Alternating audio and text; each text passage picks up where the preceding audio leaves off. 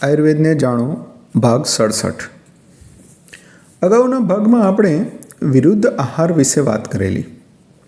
વિરુદ્ધ આહાર કોને કહેવાય અને કેટલાક ઉદાહરણ સ્વરૂપે પણ વિરુદ્ધ આહાર આપણે જોયેલા।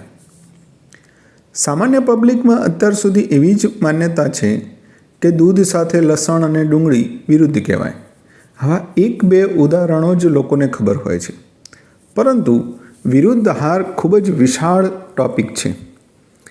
કુલ 18 પ્રકારના વિરુદ્ધ આહાર છે અને જો આ 18 પ્રકારના વિરુદ્ધ આહાર આપણે સમજી લઈએ તો પણ આપણી ભોજન પ્રણાલી ઘણી બધી સુધરી જાય છે અને એને પણ જો આપણે કેટલાક અંશે ફોલો કરી લઈએ તો પણ આપણા ઘણા બધા રોગો આપણને થતા નથી।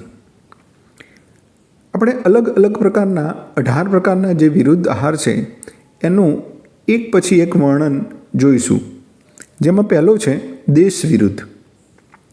દેશ એટલે પ્રદેશ। અગાઉ આપણે ભોજનની અંદર અષ્ટવિધ વિશેષાયતનની અંદર આ 8 વિશેષાયતનમાં એક વિશેષાયતન એ દેશ છે એવી આપણે વાત કરેલી। આયુર્વેદને જાણો ભાગ 25માં આ વાત થયેલી છે, જેની લિંક પણ આ વિડીયોની સાથે નીચે ડિસ્ક્રિપ્શનમાં મૂકેલી છે। પરંતુ ત્યાં કેવા દેશમાં કેવો ખોરાક લેવો એવી વાત છે। અહીંયા વાત છે વિરુદ્ધ આહારની, એટલે કે કયા પ્રદેશમાં કયો આહાર ન લેવો જોઈએ, કયો આહાર વિરુદ્ધ થશે। મૂળ વાત તો એક જ છે, ત્યાં કયા પ્રદેશમાં કયો આહાર લેવાનો છે, અહીંયા કયો નથી લેવાનો એની વાત છે। તો એકવાર એ પણ લિંક ઉપર જઈ અને આપણે વિડીયો સાંભળી લઈશું। ઉદાહરણ રૂપે જેમ કે નિર્જળ પ્રદેશ છે, જેમ કે રણ વિસ્તાર છે, એની અંદર વૃક્ષ અને તીક્ષ્ણ આહાર લેવો એ વિરુદ્ધ થશે, કારણ કે ગરમ પ્રદેશ છે, સૂકો પ્રદેશ છે, તો જ્યાં ઓલરેડી વાતાવરણ સૂકું છે ત્યાં વૃક્ષ આહાર આવશે તો વૃક્ષતા વધશે તો વાયુ વધી જશે, અને જ્યાં ઓલરેડી ગરમ પ્રદેશ છે ત્યાં તીક્ષ્ણ ભોજન જો લેવામાં આવશે તો પિત્ત વધી જશે, તો શરીરની ગરમી વધી જશે। તો આના લીધે આપણને કેટલાક રોગો થશે। જે રણ પ્રદેશમાં લોકો આવો આહાર લે છે વૃક્ષ અને તીક્ષ્ણ, તો એના લીધે પાઇલ્સ વગેરેના રોગો થાય છે। એ જ રીતે જ્યાં જલીય પ્રદેશ છે, જ્યાં દરિયા કિનારાના વિસ્તારો છે, જ્યાં જંગલ છે અને જ્યાં વરસાદ વધારે રહે છે, આવા જલીય પ્રદેશોમાં સ્નિગ્ધ અને શીત આહારનું વધારે સેવન, વધારે પડતા ઘી તેલવાળા આહારો અને ઠંડા પદાર્થોનું સેવન, શીત ગુણવાળા, સ્પર્શમાં ઠંડા તો વાત અલગ છે, પરંતુ શીત ગુણવાળા જે આહારનું સેવન થાય તો ત્યાં ઠંડક જ છે, ત્યાં ગરમી બહુ હોતી નથી અને વાતાવરણમાં ભેજનું પ્રમાણ વધારે હોય છે, તેથી વૃક્ષતા હોતી નથી। તો એવા સમયે સ્નિગ્ધ અને શીત પદાર્થો એ પ્રદેશ માટે વિરુદ્ધ આહાર થશે। હવે આ બિલકુલ ન લેવા જોઈએ એવી વાત નથી, ભોજનની અંદર તો સ્નિગ્ધ ભોજન જ લેવાની વાત છે। તો જે મરુ પ્રદેશવાળા છે એ જેટલું ઘી ખાશે એનાથી એકદમ ઓછું ઘી કાં તો અલ્પ માત્રામાં ઘી આ જલીય પ્રદેશવાળાએ ખાવાનું છે। તો આ રીતે આપણે ભોજનને મેનેજ કરવાનું થાય। આપણા ગુજરાતની અંદર જે કચ્છનો વિસ્તાર છે કે ઉત્તર ગુજરાતનો જે વિસ્તાર છે એ બધો આ મરુભૂમિ જેવો કહેવાશે।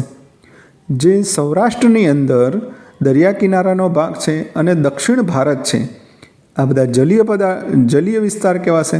સૌરાષ્ટ્રનો વચ્ચેનો ભાગ એ પર્વતીય વિસ્તાર છે અને કેટલોક ભાગ એ ગરમ પ્રદેશ છે, અને મધ્ય ગુજરાત જે છે એ પણ મોટા ભાગે ગરમ પ્રદેશમાં રહેશે।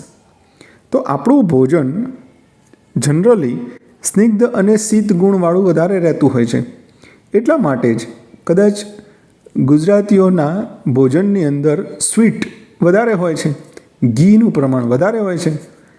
તો આ આપણા પ્રદેશની વિશેષતાઓ છે। આપણા પણ પ્રદેશોમાં કચ્છમાં, ડાંગમાં, દક્ષિણ ગુજરાતમાં, ઉત્તર ગુજરાતના કેટલાક પ્રદેશોમાં અને સૌરાષ્ટ્રમાં ભોજનમાં કેટલીક વિવિધતાઓ જોવા મળે છે। ક્યાંક ને ક્યાંક અલગ અલગ પ્રકારના ભોજન જોવા મળે છે. તો એ પણ એ જે તે પ્રદેશના ગુણ પ્રમાણે ત્યાં ભોજન નક્કી થયેલું હોય છે. તો એના પ્રમાણે ભોજન કરવું જોઈએ. એનાથી વિરુદ્ધ જઈ અને ભોજન કરવું તો એ દેશ વિરુદ્ધ થશે. ગુજરાતમાં રહી ગુજરાતી ભોજનના જગ્યાએ પંજાબી ભોજન વધારે કરવું તો એ પણ દેશ વિરુદ્ધ થઈ જશે. ઇવન ગુજરાતની અંદર રહી અને આપણા દેશના બીજા રાજ્યોનું ભોજન નહીં પરંતુ વિદેશનું ભોજન પીઝા વગેરે ખાવા એ પણ આપણા માટે દેશ વિરુદ્ધનું ભોજન થાય છે. તો જે હોટલ્સ વગેરેમાં આપણે જે ભોજન લઈએ છીએ એ બધું જ દેશ વિરુદ્ધ ભોજન હોય છે. આજકાલ તો લગ્ન સમારંભોમાં પણ ગુજરાતી લગ્નમાં પણ આપણે પંજાબી ડીશ રાખતા હોઈએ છીએ. કાં તો પંજાબી શાક હોય છે, જીરા રાઈસ, દાલ ફ્રાય જેવી પંજાબી આઇટમો હોય છે. તો આ પણ દેશ વિરુદ્ધના ભોજનના ઉદાહરણો છે. તો આનાથી આપણે બચવું જોઈએ. તો આ પહેલો આપણો પ્રકાર દેશ વિરુદ્ધ ભોજન.